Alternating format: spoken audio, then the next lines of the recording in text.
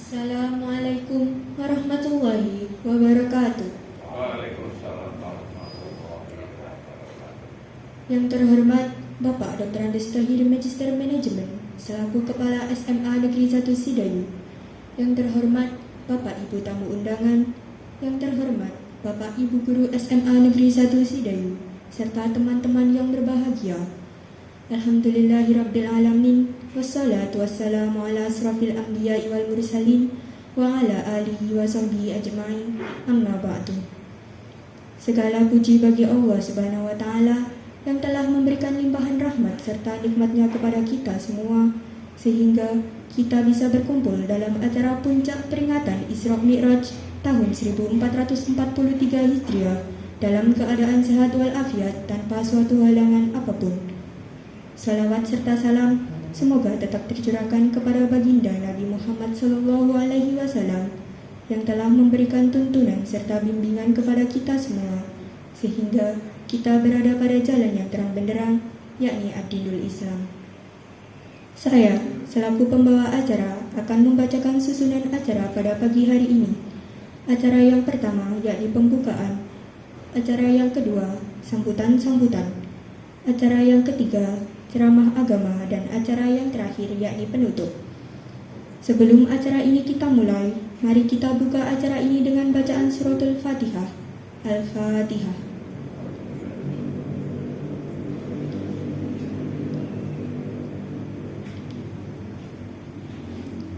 Semoga dengan dibacakannya surat Al-Fatihah, acara ini dapat berjalan dengan lancar.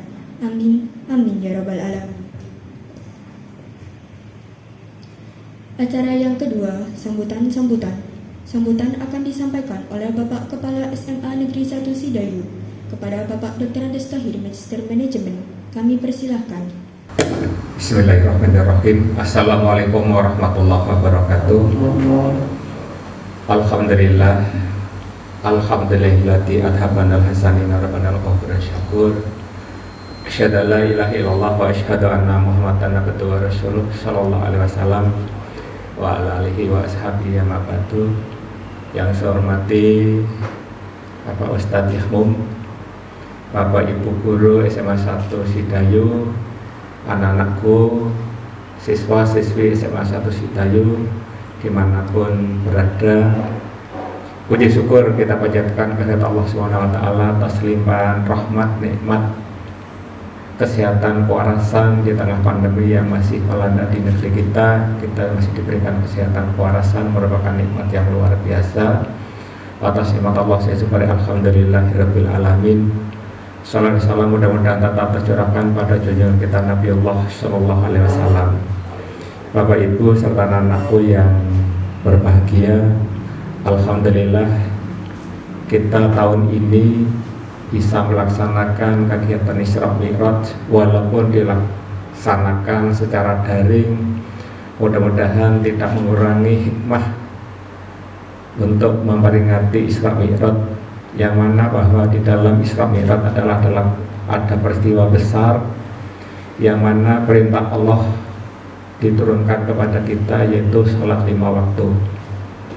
Mudah-mudahan nanti akan diterangkan lebih jauh oleh Bapak Ustadz Yahmum sehingga kita bisa mengambil hikmah dan bisa melaksanakan perintah Allah sholat 5 waktu dengan sebaik-baiknya.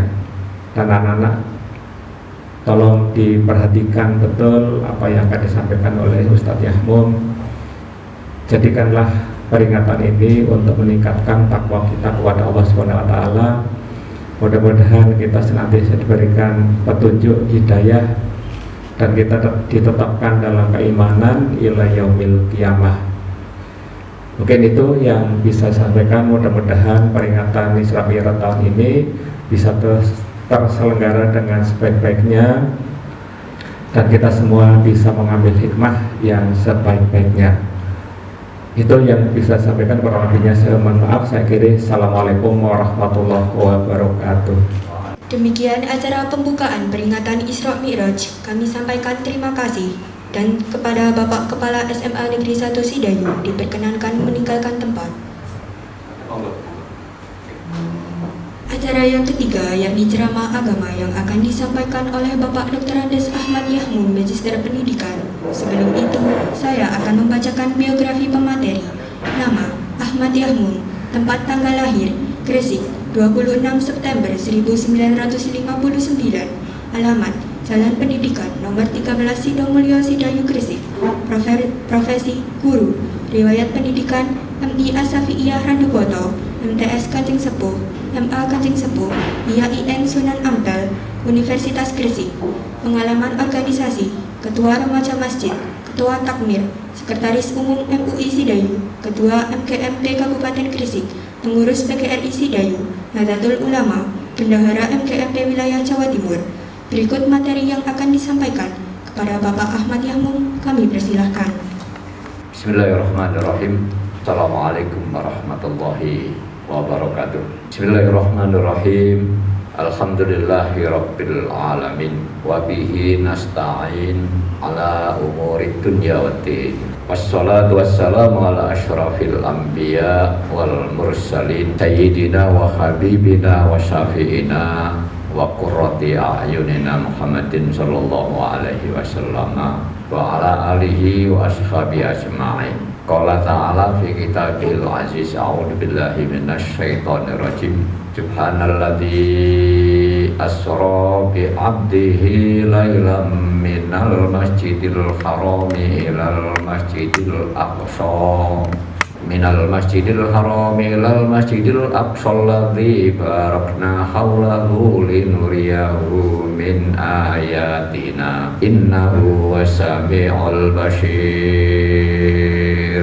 Sadaqallahul azim wa sadaqa rasulul karim wa nahnu ala dzalika minasyahidin.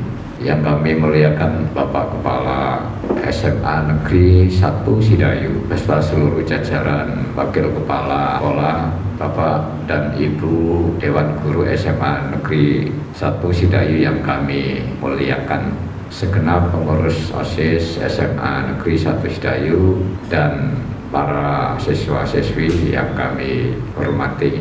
Pertama dan yang paling utama dalam kesempatan yang penuh berkah ini, kita bersyukur pada Allah Subhanahu wa taala bahwa kita diberikan kesehatan lahir dan batin oleh Allah Subhanahu wa taala.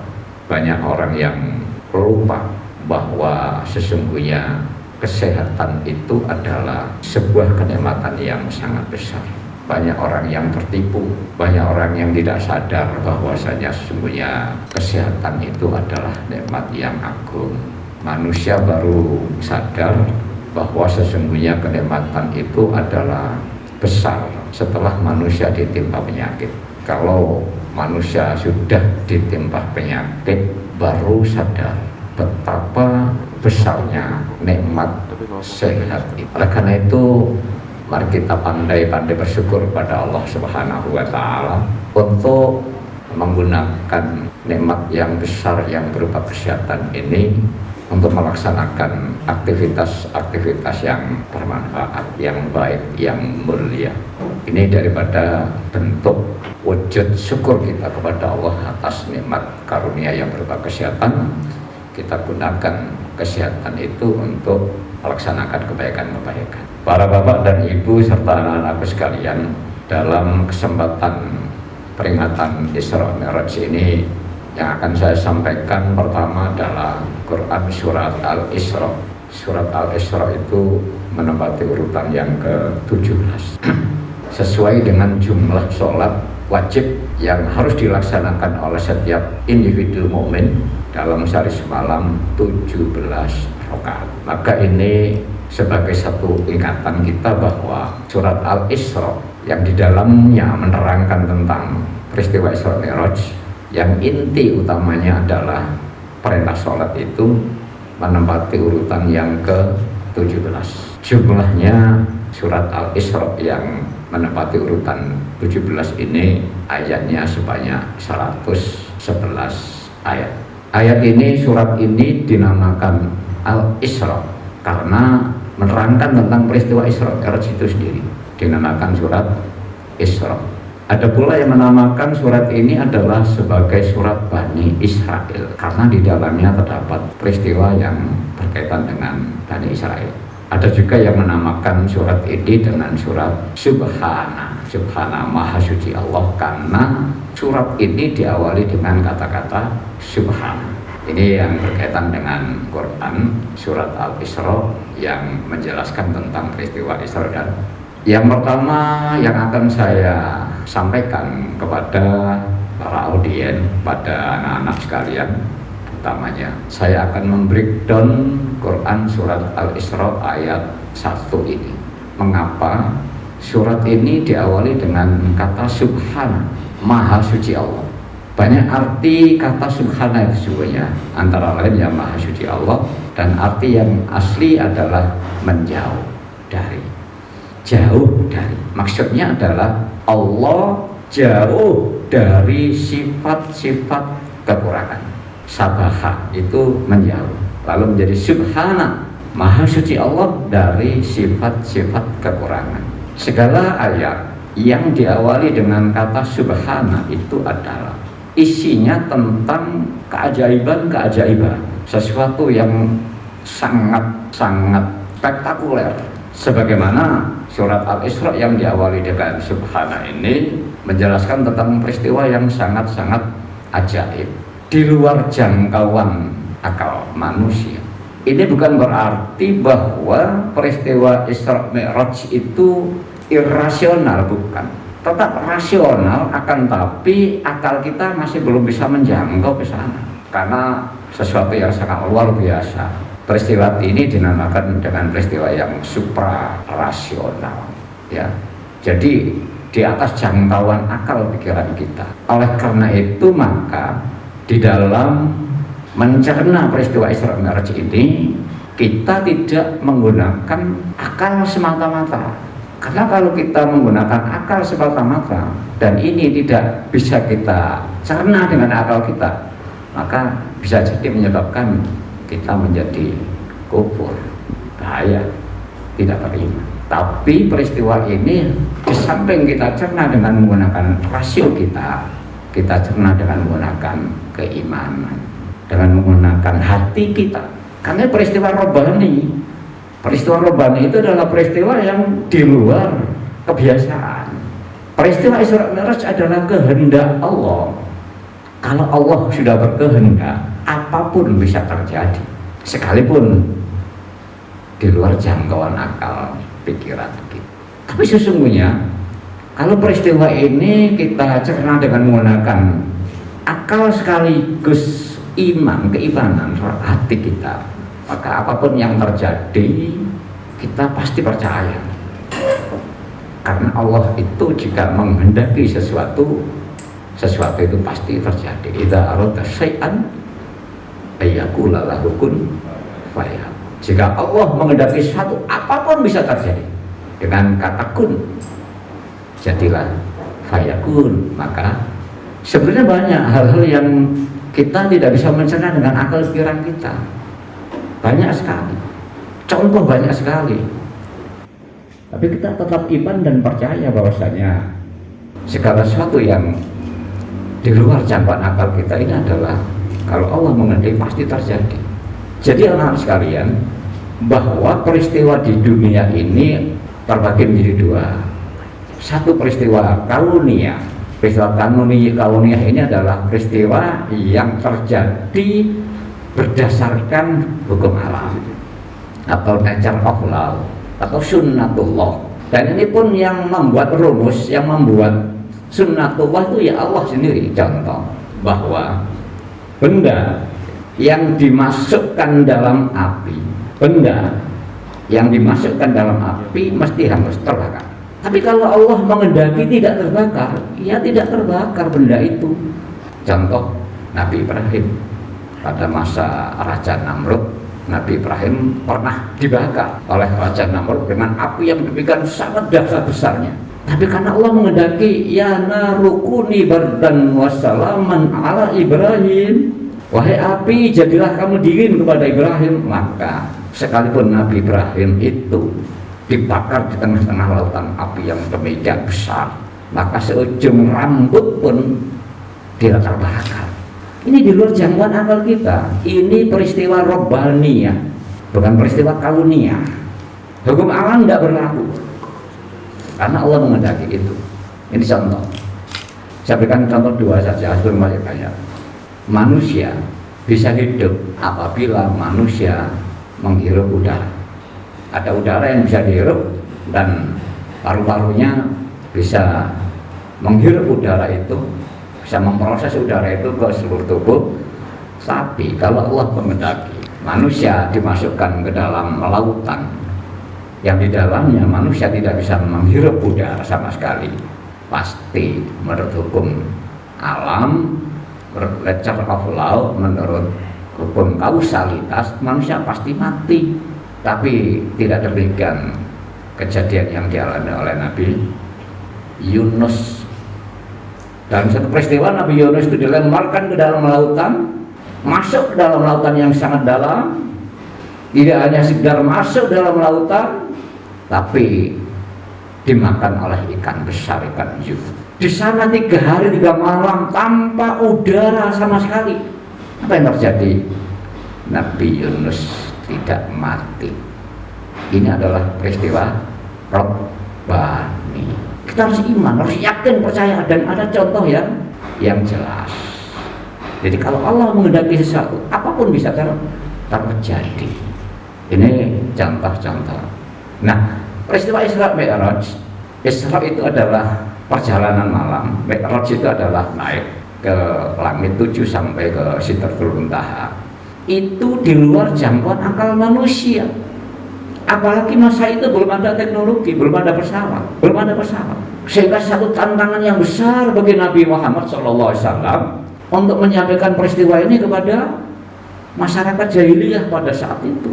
Perjalanan antara Mekah, Masjidil Haram dengan Masjidil Aqsa pada saat itu ditempuh dalam waktu berbulan-bulan.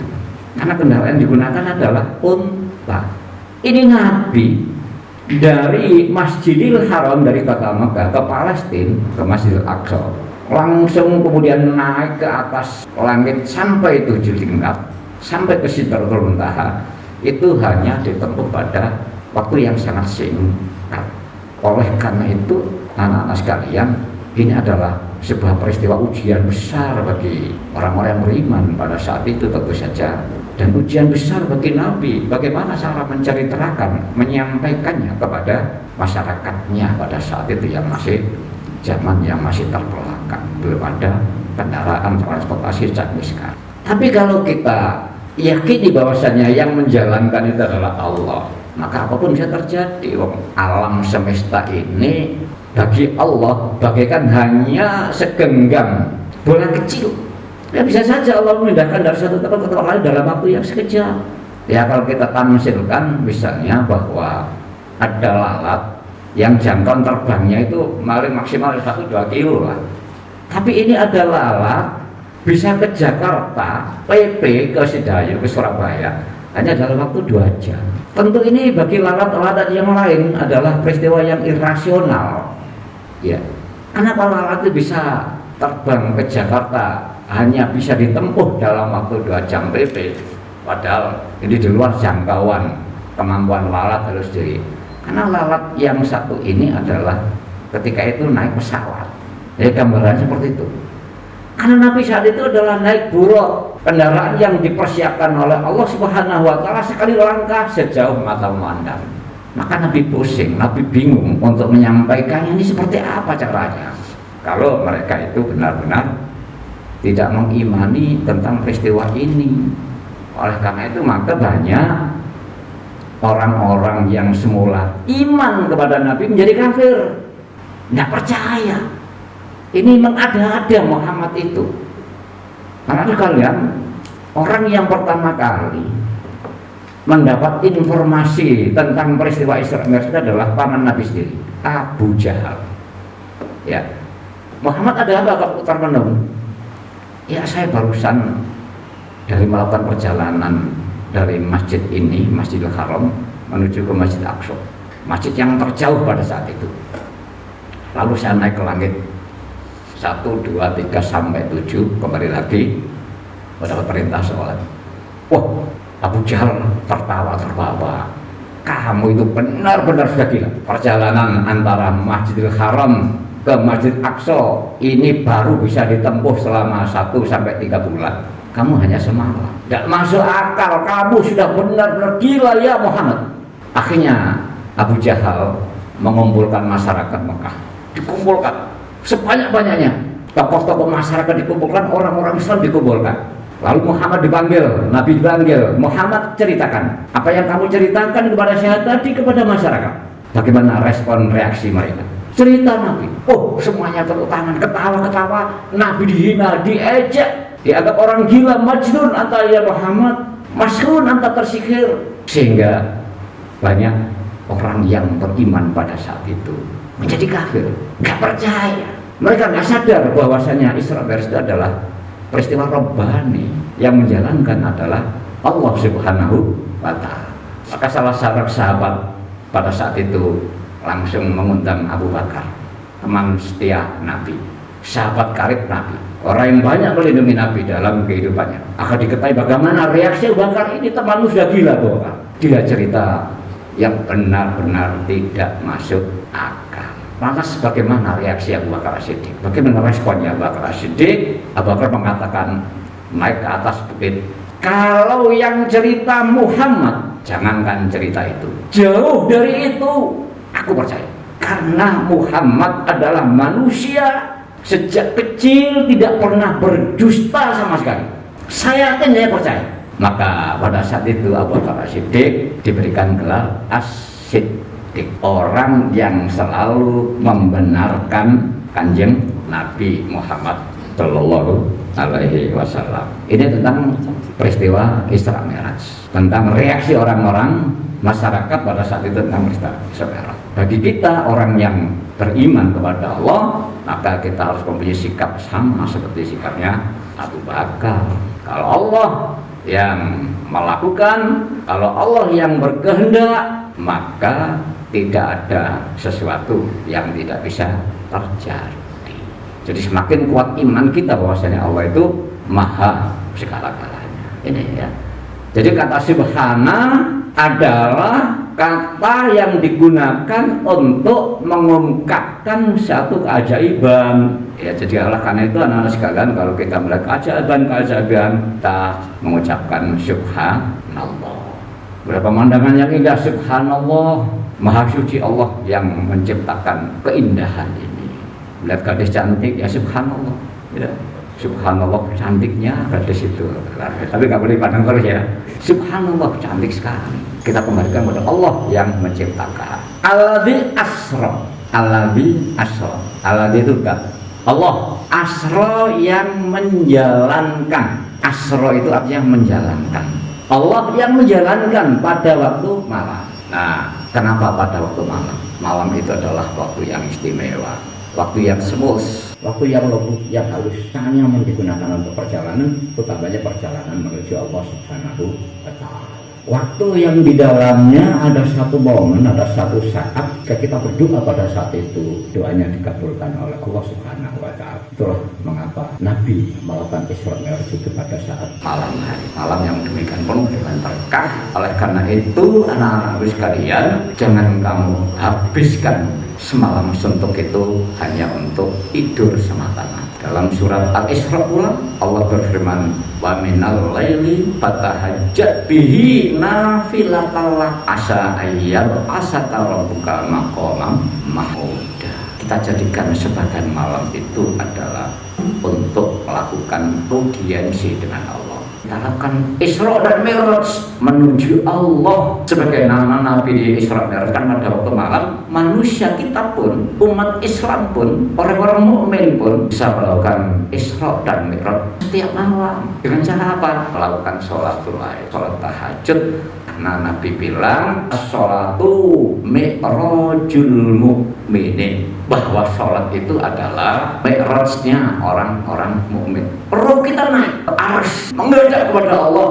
Kita bisa beraudiensi dengan Allah Subhanahu wa Ta'ala pada saat itu, dan Allah berjanji dalam sebuah hadis qudsi, yanzilu rabbuna tabarakallahu ta'ala kulla lailatin. Yanzilu itu kalau kita tinjau dari sisi waktunya adalah waktu present time, fi'il mudhari. Artinya peristiwa yang akan terjadi secara berulang-ulang terus-menerus. Yanzilu rabbuna tabarakallahu ta'ala, setiap kulla lailatin, setiap malam Allah turun kemana? Ilas sama dunia, turun ke langit yang paling dekat dengan manusia, sama dunia. Kapan itu? Tinayabko Sulusul lailil akhir, pada saat sepertiga malam Allah turun. Anda jangan membayangkan bahwasanya Allah naik turun tidak begitu. Ini sebuah isyarat bahwasanya pada saat itu Allah sangat-sangat dekat dengan manusia yang mau melaksanakan sholatul lail, sholat tahajud. Yanzilu rabbuna tabaraka ta'ala kulla lailatin ila sama'id dunya inayaqqa sulusul lailil akhir yaqulu. Lalu Allah berfirman, Allah menawarkan sesuatu kepada manusia yang melaksanakan sholatul lail, tentu saja may yad'uni fa astajiba lahu. Siapa yang berdoa saat ini, aku kabulkan doanya. Yang kedua, mayyas aluni fa'utiyahu. Siapa yang minta saat ini, aku ber mayyas taghfiruni fa'astaghfirullah. Siapa yang minta ampun pada aku, kata Allah, aku ampunkan dosa-dosa. Jadi pada saat itu Allah menawarkan 3 hal. Kalau Allah menawarkan sesuatu lalu kita mengiyakan, menerima tawaran, ya pasti diberikan tawaran. Gambarannya mungkin seperti Pak Tohir selaku kepala sekolah untuk meningkatkan aktivitas atau prestasi OSIS SMA Negeri 1 Sedayu. Satu saat Pak Tohir menawarkan kepada pengurus OSIS, wahai pengurus OSIS, siapa yang minta laptop hari ini kepada aku, kasarnya, kalau kita tawarin kita terima ya pasti diberi. Tapi kalau tidak ada yang minta ya diberi. Gambarnya semacam itu. Oleh karena itu, mari kita manfaatkan momen malam akhir sepertiga malam akhir itu untuk beraudiensi kepada Allah. Kita lakukan sholat tahajud untuk mendekatkan diri kepada Allah, bahwa Allah sudah menawarkan kepada kita 3 hal itu. Barang siapa yang menerima tawaran itu pasti diberi oleh Allah Subhanahu wa Ta'ala. Jadi kuncinya kalau kita ini ingin sukses hidup, maka salah satu upaya yang harus kita lakukan adalah melaksanakan sholat tahajud sebagai sholat tambahan di samping sholat 5 waktu yang merupakan inti utama daripada peristiwa Isra Mi'raj. Kalau anak-anak ingin kuat hafalannya, kalau kalian ingin kuat hafalannya, maka manfaatkan momen seketika malam itu untuk belajar. Karena belajar di waktu malam, sepertiga malam terakhir, dengan waktu-waktu yang lain itu bandingannya sangat jauh berbeda. Diterangkan oleh Allah Subhanahu wa Ta'ala di dalam surat Al-Muzammil ayat 6. Al-Muzammil ayat 6 Allah berfirman, inna nasyiatal laili ya asaddu aw aqwamu qila. Sesungguhnya bangun di waktu malam sepertiga malam terakhir itu adalah sangat menguatkan jiwa kita. Kalau kita ingin menjadi manusia yang teguh, menjadi manusia yang berjiwa besar, ingin menjadi manusia yang optimis dalam hidup ini, menjadi manusia yang bisa mengatasi segala permasalahan yang kita hadapi dalam hidup ini, bangunlah sepertiga malam terakhir dan belajarlah. Inna nasyiatal laili hiya asaddu wat'an wa aqwamu qila. Dan belajar pada saat itu adalah sangat-sangat terkesan dalam pikiran. Ini satu konsep yang harus benar-benar kita manfaatkan dalam hidup ini, utamanya bagi kalian yang masih pelajar ini, yang mempunyai cita-cita yang demikian setinggi langit ini, yang menjadi generasi penerus bangsa ini, maka jadilah kamu orang yang benar-benar mampu memanfaatkan momen-momen yang sangat berharga ini, momen usia muda, momen sepertiga malam terakhir, untuk mengejar karir dan cita-cita. Ini yang harus kamu lakukan. Dan ketika sujud, utamanya sujud pada saat sholat tahajud, maka perbanyak berdoa. Karena Nabi mengatakan, aqrabu ma yakunul abdu min rabbihi wa huwa sajidun fa'aksar doa fi. Sedekat-dekat manusia dengan Tuhannya ialah pada saat sedang bersujud kepada Allah Subhanahu wa ta'ala. Maka Nabi mengatakan, fa'aksir doa, perbanyak doa pada saat sujud. Karena ketika itu adalah kita sedang sangat-sangat dekat dengan Allah Subhanahu wa ta'ala. Seperti yang disampaikan oleh Rasulullah, aqrabu ma yakunu abdu min rabbihi wa huwa sajidun. Sedekat-dekat manusia dengan Tuhannya adalah pada saat sedang sujud. Faksar doa, perbanyak doa. Mengapa orang sujud itu dekat dengan Allah? Karena penghambaan seorang manusia kepada Allah itu yang tertinggi adalah ketika sujud. Orang sujud itu adalah orang yang paling tawadhu. Orang sujud itu orang yang paling menyatakan dirinya bahwa dirinya itu adalah sangat-sangat asor di hadapan Allah. Sehingga orang sujud itu memposisikan anggota tubuh yang terhormat dari kepala ini sejajar dengan anggota tubuh yang paling bawah, telapak kaki. Jadi menyatakan keasurannya, mengimplementasikan ketawaduannya kepada Allah SWT, sehingga orang yang sujud itu adalah aqrabu ma yakunul abdu min rabbi. Sedekat-dekat manusia adalah pada saat sedang sujud kepada Allah Subhanahu wa ta'ala. Oleh karena itu maka sekali lagi gunakan pada saat sujud ini untuk berdoa. Dan sujud itu anak-anak sekalian adalah dapat menjadikan otak manusia menjadi lebih cerdas. Jadi kalau Anda ingin semakin cerdas otaknya, sering-seringlah sujud. Ini rahasia sujud luar biasa istimewa. Mengapa demikian? Menurut ilmu kesehatan bahwa aliran darah ketika orang itu sujud menuju ke otaknya demikian sangat lancar. Jadi ketika orang itu sujud, otak kita ada di bawah ini, dipompa dengan jantung kita, darah menuju ke otak itu sangat-sangat lancar sekali. Nah, kalau aliran darah kita menuju ke otak kita lancar, maka otak ini menjadi fresh, otak ini menjadi segar, otak ini menjadi kuat daya ingatnya. Ini satu rahasia lagi, ya. Ini adalah oleh Isra Mi'raj yang di dalamnya ada sujud. Waktunya kurang 5 menit, ya. Jadi anak-anak sekalian, penekanan saya bahwa Isra Mi'raj ini adalah peristiwa yang sangat penting karena di dalamnya ada perintah sholat. Nah, mengapa sholat itu diperintahkan Allah melalui langsung memanggil nabinya? Ini menunjukkan bahwa sholat itu adalah ibadah yang paling penting dalam agama.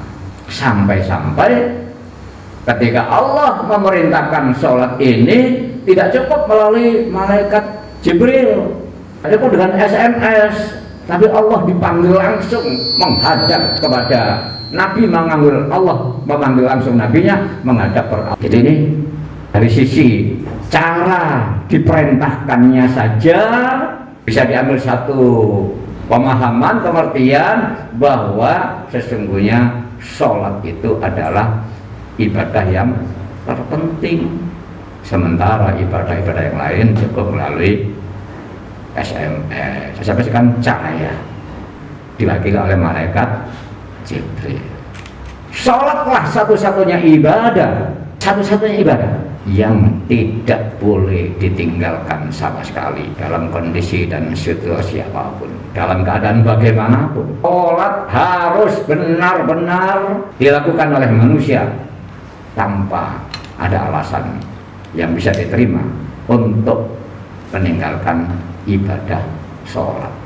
Sesibuk apapun, sesulit apapun, bagaimanapun kondisi fisiknya, sakit, dalam suatu peperangan, dalam situasi yang sangat menakutkan, gawat, sholat tidak pernah bisa ditinggal. Dan perintah sholat itu ya menyesuaikan dengan kondisi manusia.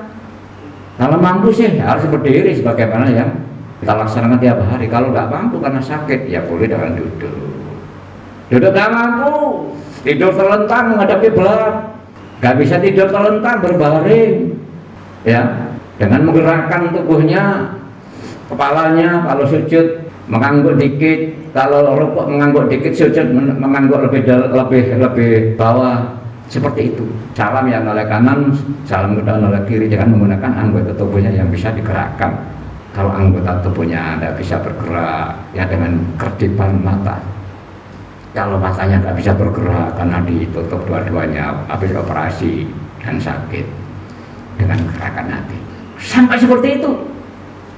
Kalau hatinya tidak bisa bergerak, maka orang itu harus disolati. Semacam itu. Kunci surga adalah sholat. Kunci sukses adalah sholat. Oleh karena itu maka peristiwa yang sangat sakral dan sangat spektakuler ini penting untuk kita renungkan. Mengapa Allah menjalankan nabinya Isra dan sampai mengangkatnya menuju ke Sidratul Muntaha. Tujuan utamanya adalah untuk memberikan perintah sholat sebagai salah satu bentuk kasih sayang Allah kepada hambanya, yaitu sholat 5 waktu. Saya kira demikian. Waktunya sudah 42 menit ya, cukup. Mudah-mudahan menjadi bekal, mudah-mudahan menjadi ilmu yang bermanfaat yang dapat kita aplikasikan dalam kehidupan sehari-hari. Utamanya kita mengaplikasikan sholat dalam kehidupan kita sehari-hari untuk menjadi manusia yang sukses dan bahagia fiddin wa dunya wal akhirah. Kurang lebihnya mohon maaf. Aku qouli hada wa astaghfirullahaladzim li wa lakum wa li syairil muslimin wal muslimat wal mu'minin wal mu'minat wastaghfiru innahu wal ghafurur rahim. Assalamualaikum warahmatullahi wabarakatuh. Terima kasih kami sampaikan. Acara yang terakhir yakni doa penutup. Kepada Bapak Ahmad Yahmum dipersilakan untuk memimpin doa penutup. Niatin sore al-Fatihah. Iya kan aku iya kan sahur ini Kadil maghdubi alaihim waladdallin. Bismillahirrahmanirrahim. Alhamdulillah fi ni'amahu wa yukafi'u majidah. Ya Rabbana lakal hamdu kama yanbaghi li jalali wajhika wa 'azimi sultanik. Allahumma shalli sallim wa barik ala sayyidina Muhammad wa ala sayyidina Muhammad. Rabbana zidna ilma warzuqna fahma. Allahumma rzuqna fahman nabiyyin wa hifdzal mursalin wa ilhamal malaikatil muqarrabin. Rabbi ij'alni muqimas shalah wa min dzurriyyati Rabbana wa taqabbal du'a. Rabbana firli wa li walidayya wa lil mu'minina yauma yaqumul hisab. Allahumma ij'alna wa auladana wa talamitana min ahlil ilmi wa ahlil khair wa la taj'alna wa iyyahum min ahli syarri wa ahli dair. Rabbana zalamna anfusana wa illa taghfir lana tarhamna lanakunanna minal khasirin. Ya Allah, jadikanlah anak-anak kami ya Allah, siswa-siswa kami ya Allah menjadi ahlil ilmi al khair, menjadi orang yang berilmu dan ahli kebaikan, menjadi orang yang aktif, disiplin menjalankan ibadah utamanya sholat 5 waktu ya Allah. Rabbana atina fid dunya hasanah fil akhirati hasanah wa qina adzabannar. Tawaffana muslimin wa alhiqna bisyalihin bi fadlika ya arhamar rahimin. Wassallallahu ala sayyidina Muhammadin wa alihi wasallam. Walhamdulillahirabbil alamin bisyiril Fatihah. Assalamualaikum warahmatullahi wabarakatuh. Sebelum acara ini saya tutup, tak lupa saya memohon maaf yang sebesar-besarnya apabila terdapat kesalahan dalam mengatur acara pada hari ini. Semoga kita semua mendapat banyak pembelajaran dan hidayah dari acara ini. Akhirul kalam, wassalamualaikum warahmatullahi wabarakatuh.